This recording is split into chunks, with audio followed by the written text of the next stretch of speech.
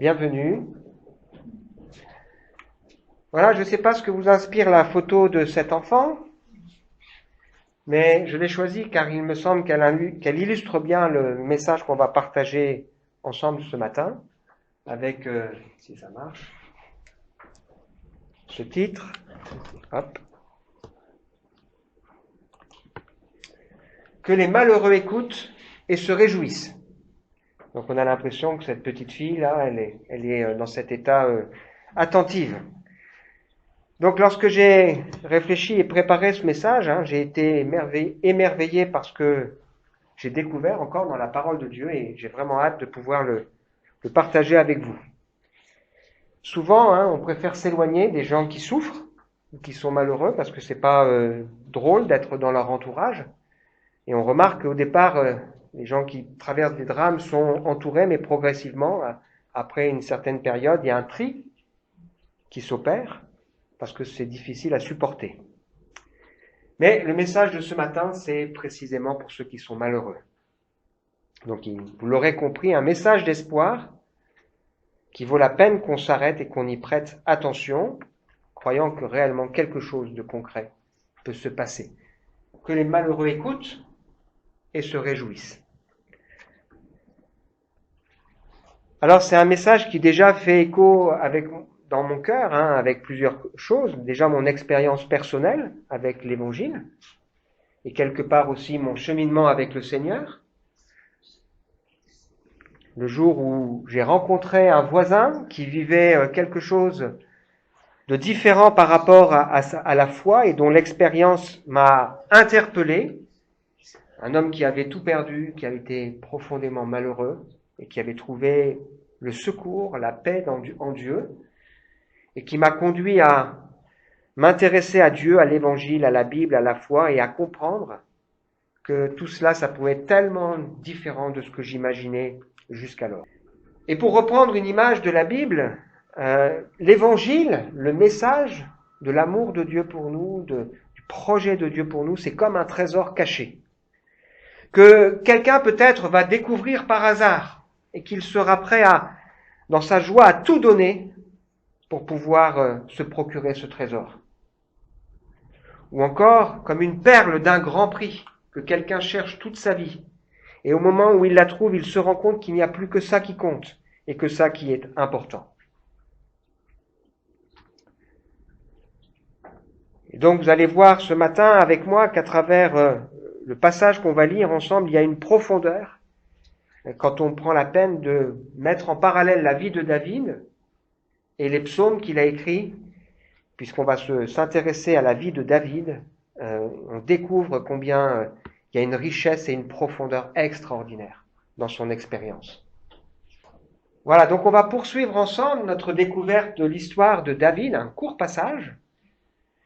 L'idée derrière ça, c'est de nous aider à prendre du recul sur notre vie, nous aider à réfléchir au sens de notre vie, à nos projets, à nos priorités. Peut-être aussi nous aider à regarder et à vivre différemment certains événements que nous traversons, joyeux ou difficiles. Nous aider à comprendre comment Dieu peut agir et nous toucher, se servir de ces moments particuliers pour nous interpeller et se révéler à nous. Alors on va considérer ensemble cette histoire de David et nous allons voir comment David, pourtant un jeune homme qui est croyant, qui a déjà vécu des expériences avec le Seigneur, à travers ce passage difficile dans son existence, va changer son regard sur Dieu et sa relation avec lui. On va découvrir comment David va comprendre que son histoire peut devenir intéressante pour les autres et comment il va voir autour de lui les gens changer. Donc on va lire dans 1 Samuel, au chapitre 22, les versets 1 à 5. Là-dessus, David quitta la ville de Gath et alla se réfugier dans la grotte d'Adoulam. Lorsque ses frères et tous les membres de sa famille l'apprirent, ils allèrent l'y rejoindre. Tous les gens qui étaient dans la détresse, tous ceux qui avaient des dettes et tous les mécontents se rallièrent à lui. Et il devint leur chef. Il y eut ainsi quelques 400 hommes qui se regroupèrent autour de lui. Plus tard, David se rendit de là à Mitzpé de Moab, et il dit au roi de Moab, « Permets, je te prie, à mon père et à ma mère de venir se réfugier chez vous, jusqu'à ce que je sache ce que Dieu fera pour moi. » Il amena donc ses parents auprès du roi de Moab, et ils restèrent chez lui tout le temps que David passa dans son refuge fortifié. Un jour, le prophète Gad dit à David, « Ne reste pas dans cette forteresse, pars et rentre au pays de Juda. » David s'en alla, et il s'enfonça dans la forêt de Héret. C'est bon? Donc si on resitue juste ce texte dans le contexte, on a ici David qui est un jeune homme qui a une vingtaine d'années. C'est le plus jeune d'une famille nombreuse qui n'est pas toujours bien considérée. On découvre dans la Bible que David est plutôt quelqu'un de solitaire, qui, pendant son enfance, passait du temps à garder des brebis, comme un berger. Il composait des chants, des cantiques. C'était quelqu'un qui a développé une communion avec Dieu dans ses moments de solitude. Et on sait que lorsqu'il y avait certaines fêtes de famille, David, on ne l'invitait même pas. Pourtant, Dieu, lui, le cherche et avait un projet pour la vie de David parce que Dieu avait vu en David quelque chose d'important. Il avait vu un homme selon son cœur. On a vu que David, il a fait beaucoup de bien autour de lui, mais on ne lui a pas toujours rendu l'appareil. Il a été un instrument que Dieu a utilisé pour délivrer, et pourtant il a continué à susciter la jalousie, la haine, l'incompréhension, l'angoisse. Il a été obligé de fuir, et dans ces moments compliqués et difficiles, on a vu David qui craque littéralement devant Dieu en pleurs, pour demander au Seigneur de lui apporter de l'aide et de lui apporter la grâce. Et puis la dernière fois, on a vu que dans ces moments particuliers, David a fait de belles rencontres, mais il a aussi croisé la route de personnes méchantes et cruelles, et il pensait même à ce moment-là qu'il allait mourir, qu'il allait perdre la vie. Et quand on compare avec les psaumes que David a écrits, le psaume 56 en particulier, dont on a parlé la semaine dernière, on découvre que dans tous ces moments compliqués et difficiles, parce que David est un homme de foi, il prie, il cherche l'aide de Dieu et le secours de Dieu. Il a en particulier pu se rappeler que Dieu est celui qui compte les pas de sa vie, que Dieu est celui qui recueille chacune de ses larmes comme s'il les mettait dans une outre, dans un vase. Il a en particulier réalisé que celui qui se confie en Dieu trouve en Dieu un secours inespéré.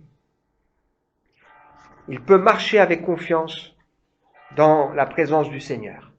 Et dans un moment de profonde détresse, alors qu'il était entouré par des gens qui voulaient le livrer au roi des Philistins, pense que Dieu a inspiré David pour qu'il se fasse passer pour un fou.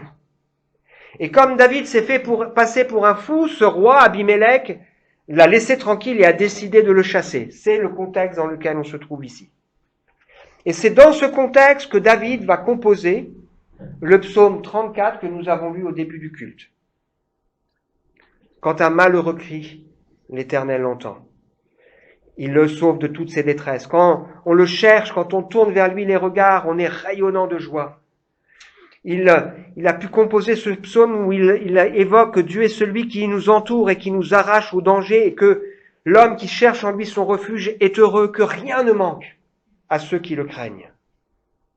La crainte respectueuse de Dieu a grandi dans son cœur.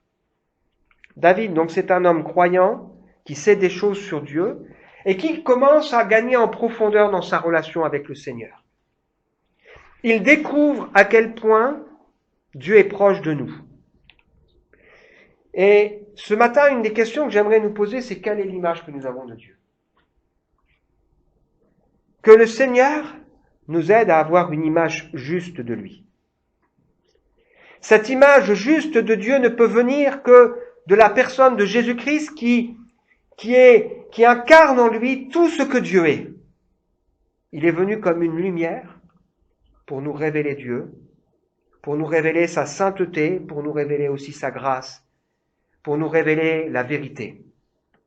Et à ceux qui vont accepter que Jésus soit cette lumière qui éclaire nos cœurs sur nous-mêmes, qui nous éclaire sur notre vision du monde, qui nous éclaire sur Dieu, il donne la possibilité de devenir enfants de Dieu. Et si nous sommes enfants de Dieu, nous pouvons considérer Dieu comme un Père, pas seulement comme un Créateur. Quelle est l'image que nous avons de Dieu?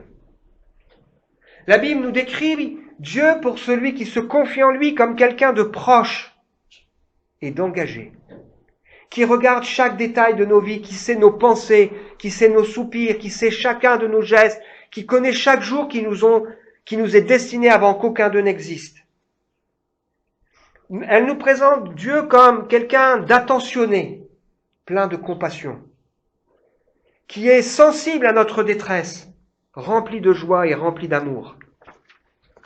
Elle nous présente Dieu comme quelqu'un de chaleureux et d'affectueux, comme un berger qui prend soin de ses agneaux dans ses bras et sur son sein. Le livre de Jérémie nous dit que ses entrailles sont émues en notre faveur et qu'il a pitié de nous. Elle nous décrit Dieu comme celui qui nous cherche et qui nous attire avec des liens d'humanité, des cordages d'amour. Toujours accessible et toujours présent, lent à la colère et plein d'encouragement, doux et protecteur, qui a formé pour chacun d'entre nous des projets et une volonté qui est bonne, agréable et parfaite. Ça ne veut pas dire facile, mais une volonté qui est bonne, agréable et parfaite. Un Dieu qui respecte notre liberté, qui nous accorde le droit à l'erreur et qui veut nous donner son pardon. Fier de nous voir progresser et qui va nous considérer comme la prunelle de ses yeux. Quelle image avons-nous de Dieu? Si on réalise que Dieu est tout ça, aimant, bienveillant, attentionné, un Dieu qui nous aime, qui respecte notre liberté, qui nous donne le droit à l'erreur, un Dieu qui nous considère comme précieux, alors on a envie de se confier en lui. David, qui comprend tout cela, comprend que prier, c'est ouvrir son cœur à Dieu et lui parler vrai. Que Dieu aime qu'on lui demande ce dont on a besoin. Et c'est dans ce contexte ici où David est réfugié dans cette fameuse grotte, tout seul au départ, qu'il va composer le psaume 142, qu'on va lire ensemble maintenant. Psaume 142. Méditation de David, prière qu'il prononça quand il était dans la caverne. Qu'est-ce qu'il a trouvé?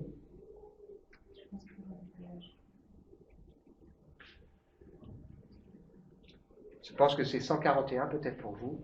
À pleine voix, je crie vers l'Éternel, à pleine voix, je supplie l'Éternel, et devant lui, je me répands en plainte. En sa présence, j'expose ma détresse. Quand mon esprit est abattu en moi, c'est toi qui sais sur quel sentier je marche. Sur mon chemin, ils m'ont tendu un piège. Regarde à droite, il n'y a plus personne, pas même un seul qui veuille me connaître. Je ne sais plus où trouver un refuge, et nul ne veut s'inquiéter de ma vie. Ô Éternel, je fais appel à toi et je m'écrie, tu es mon seul abri, tu es mon bien au pays des vivants. Sois attentif à mes supplications, car j'ai touché au fond de la misère. Délivre-moi de mes persécuteurs. Ils sont trop forts, bien plus puissants que moi. Libère-moi, car je suis en prison, pour que je puisse te rendre mon hommage. Autour de moi, les justes feront cercle quand tu m'auras comblé de tes bienfaits. Donc c'est dans ce passage où David se retrouve dans cette fameuse grotte qui deviendra pour lui une forteresse, qu'il compose ce psaume 142 et dans lequel il demande à Dieu que lorsqu'il sera libéré, des gens viennent le retrouver. Les justes viennent faire cercle autour de lui lorsqu'il aura été comblé de bienfaits. Et que va-t-il se passer?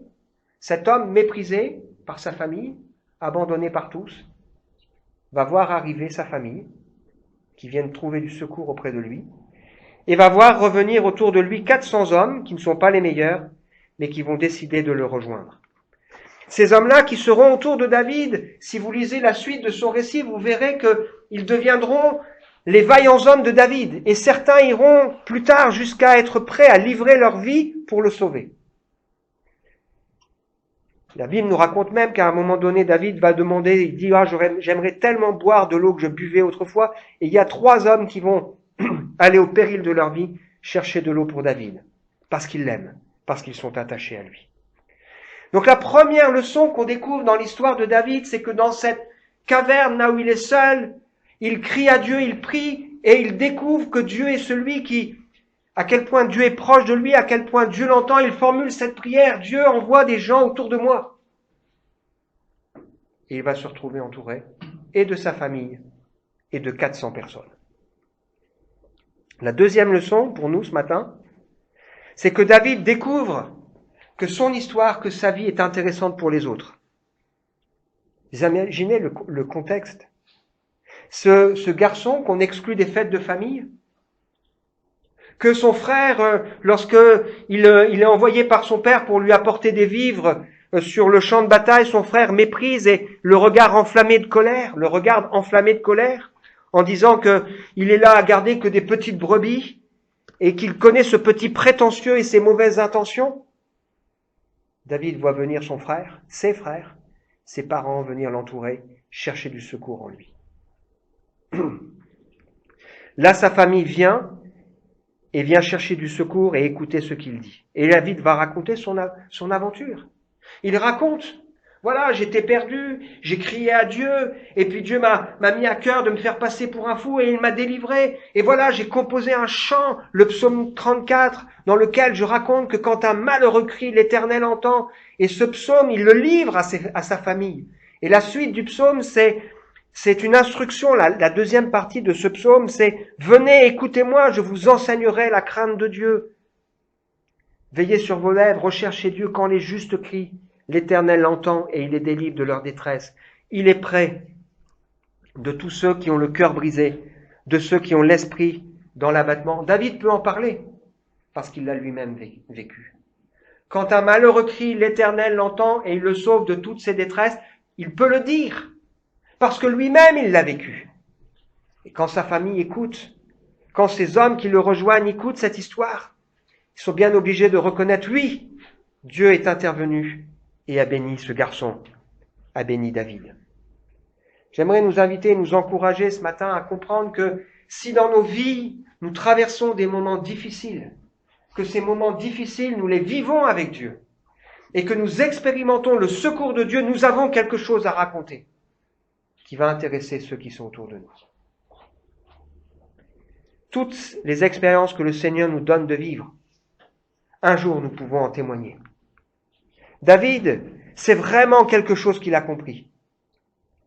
Lorsque, par exemple, il s'éloigne du Seigneur parce que ça peut arriver, lorsqu'il pèche devant Dieu, lorsqu'il supplie Dieu de lui donner un cœur pur, de renouveler en lui un esprit bien disposé, de lui rendre son Esprit Saint et la joie du salut, un esprit de bonne volonté, il dit dans le psaume 51, « Mon désir, c'est d'enseigner tes voies à ceux qui les transgressent, pour que les pécheurs reviennent à toi. Ma langue célèbre ta miséricorde. Ouvre mes lèvres et ma bouche publiera tes louanges. » On est ici simplement des hommes et des femmes avec nos travers, nos difficultés, nos luttes, nos erreurs. Et si nous avons expérimenté le pardon de Dieu, nous pouvons dire à ceux qui sont autour de nous, oui, Dieu pardonne celui qui est coupable, celui qui a péché, celui qui est loin de lui, celui qui a transgressé ses voies. Nous pouvons dire à celui qui est malheureux, oui, quand on crie vers Dieu, Dieu est celui qui entend. On peut dire à ceux qui sont autour de nous, quand ils traversent la détresse, que oui, quand on n'a plus rien, qu'on ne sait plus où aller, Dieu nous trouve un logement, Dieu nous aide à trouver du travail, Dieu nous aide à trouver des gens pour nous aider, parce que Dieu agit dans nos cœurs et dans nos vies. Dieu nous permet de vivre le pardon, la repentance et la délivrance, pour que nous puissions dire à ceux qui sont malheureux autour de nous, culpabilisés, qui ont l'impression que personne ne les considère, réjouis-toi. Dieu entend et Dieu voit. Il ne fait pas de distinction. Ta vie est précieuse et il t'aime. Dernière leçon pour nous, c'est que David va voir venir ici des gens, 400 hommes, qui ne sont pas les meilleurs, mais que Dieu va transformer à son contact. La Bible nous décrit ces hommes comme des gens qui sont dans la détresse, ils ne savent plus où aller, dans les dettes et qui sont mécontents, insatisfaits de la vie. Franchement, c'est pas ceux qu'on aurait choisis pour entourer celui qui allait devenir un grand roi. Mais comme on l'a vu tout à l'heure dans la présidence, Dieu a choisi les choses faibles du monde, celles qu'on méprise, celles qui sont regardées comme de peu d'importance pour confondre toutes celles qui sont fortes. Il a choisi les choses que les hommes ne considèrent pas pour nous surprendre et pour nous étonner, pour qu'à lui revienne toute la gloire. Nous ressemblons à ces gens. Si nous sommes aujourd'hui croyants, si nous avons remis notre vie à Dieu, c'est parce que nous avons bien réalisé que nous sommes sans lui dans une détresse terrible et profonde. C'est parce que nous avons bien compris et réalisé qu'il n'y a, sans Dieu, il n'y a aucun espoir. Heureux les pauvres en esprit, le royaume des cieux est pour eux. Ce texte, il nous révèle que ceux qui sont pauvres, ce sont ceux qui ont conscience qu'il leur manque quelque chose qu'ils ne peuvent pas payer et qu'ils ne peuvent recevoir que par grâce. Nous ne pouvons pas recevoir autrement les choses de Dieu et la bénédiction du Seigneur que en reconnaissant, oui, dans ma vie, il me manque quelque chose. Je ne peux pas le payer, mais toi tu peux me le donner. Alors donne-le-moi, Seigneur. Heureux ceux qui viennent au Seigneur en réalisant que devant Dieu, ils ont une dette énorme qu'ils sont incapables de satisfaire. Incapables de satisfaire à la justice de Dieu. Jésus dira qu'il n'est pas venu appeler à la repentance des justes, mais des pécheurs. Il n'est pas venu comme un médecin pour guérir ceux qui se croient bien, mais pour aider ceux qui reconnaissent, qui ont besoin de soutien et de force.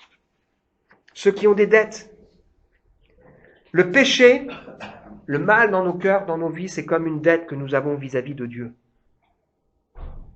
Et nous sommes, nous, incapables de payer cette dette. Jésus-Christ, lui, a choisi de payer la dette pour nous. Il a pris sur lui le châtiment juste que méritent nos crimes. Il a accepté de subir la mort, la séparation d'avec Dieu pour que nous ayons la vie. Il a accepté de prendre sur lui notre détresse et notre misère pour nous sauver. Qu'est-ce qu'on fait aujourd'hui avec quelqu'un qui est surendetté? On déclare une faillite personnelle. Parce qu'à un moment donné, on ne peut plus s'en sortir. Et vis-à-vis de Dieu, nous sommes des gens qui sont dans la détresse. Vis-à-vis de Dieu, nous sommes des gens qui sont surendettés et qui ont besoin qu'à un moment donné, Dieu fasse table rase de notre passé, parce que nous acceptons que Jésus-Christ paye à notre place le prix. Les gens qui se sont rassemblés autour de David, ce sont des gens qui étaient insatisfaits et mécontents de leur vie.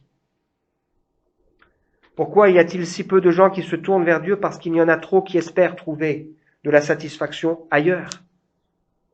Mais on voit tellement de détresse et tellement de misère.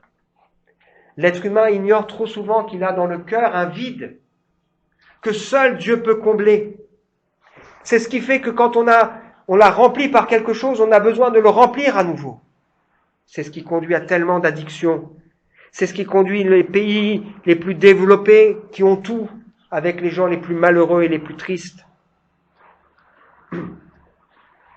La caverne dans laquelle David s'est réfugié sera appelée plus tard la forteresse de David, et il aura l'occasion d'y retourner régulièrement.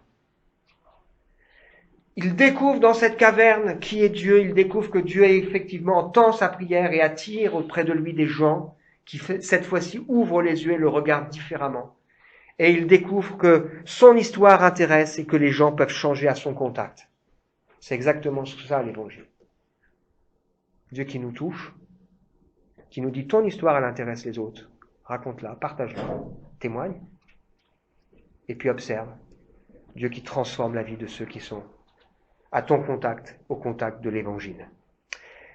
Dans la fin de ce récit, nous avons vu que un prophète qui s'appelle Gad viendra le rejoindre pour lui parler et David écoutera cet homme. Parce que le propre d'un disciple de Jésus-Christ, c'est quelqu'un qui accepte avec humilité d'écouter les conseils. Et puis un peu plus tard, on verra qu'il sera rejoint aussi par un autre qui s'appelle Abiatar. Il sera rejoint par tous ceux qui finalement sauront que les enjeux qui sont les leurs sont les mêmes que ceux de David, que les ennemis qui sont les leurs sont les mêmes que ceux de David, que les combats de David sont les mêmes que les leurs, que les intérêts de David sont les mêmes que les leurs, que le Dieu de David, c'est aussi leur Dieu. Et c'est ça l'Église. Un ensemble de gens qui comprennent que dans la vie, on n'est pas là à se tirer les uns sur les autres, mais on est là à se soutenir pour combattre ensemble dans la même direction. À comprendre que celui en qui nous nous confions, celui qui nous aime, eh bien, il nous aime les uns et les autres de la même manière. Et à réaliser que nos intérêts sont les mêmes, puisque nos intérêts, ce sont aussi ceux du Seigneur. Que les malheureux écoutent et se réjouissent. Conclusion pour nous. David partage le chemin qui l'a conduit à trouver la paix, le réconfort. Voulons-nous ce matin écouter l'expérience de David et suivre le même chemin? J'ai crié et il m'a répondu.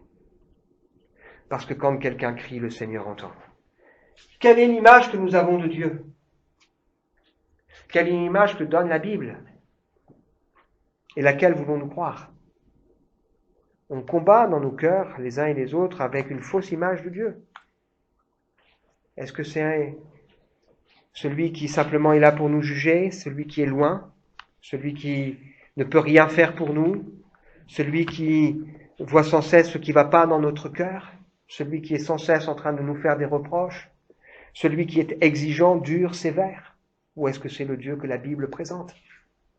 Un Dieu qui nous aime, pour qui nous sommes précieux, qui est pour nous un Père compatissant, qui n'est pas sans cesse en train de nous reprocher le mal que nous avons pu faire, celui qui nous tend la main, qui nous dit que nous sommes précieux comme la prunelle de ses yeux, et celui qui veut nous conduire et nous diriger, avec qui nous avons le droit à l'erreur, celui qui veut nous restaurer, qui veut nous donner un avenir, de l'espérance, celui qui a accepté de partager avec nous sa gloire et son royaume, et qui nous invite à chercher, premièrement, le royaume de Dieu et sa justice. La relation de Dieu, de David avec Dieu a changé, comme l'image qu'il a de lui. Quel est le regard que Dieu porte sur notre vie quand il nous voit aujourd'hui? David a vécu des choses, il est prêt à les partager parce que son histoire fait sens. Est-ce que nous sommes prêts aussi à partager, oui, ce que le Seigneur a fait pour nous? Qui se ressemble, s'assemble. On connaît cette expression, hein. Autour de David, sont venus des gens qui sont dans la détresse, les dettes, le chagrin, mais que Dieu va transformer. Et si ce matin on se dit, mais moi, j'ai pas grand-chose, je suis insatisfait de la vie, si ce matin il y a de la souffrance dans notre cœur, eh bien nous pouvons faire comme ces gens, comme chacun de nous, nous avons un jour dû le faire, nous approcher de Dieu pour recevoir de lui la consolation, le pardon, recevoir du sens, recevoir sa paix. On veut simplement prendre un temps pour nous recueillir et prier, pour que le Seigneur puisse travailler dans notre cœur. Seigneur, je te remercie pour ce que nous avons partagé ensemble ce matin. Quel changement dans la vie de David. Lui qui était découragé, qui se sentait seul, qui crie à toi, et tu amènes autour de lui sa famille, qu'il a si souvent méprisé, qui maintenant accepte de l'écouter.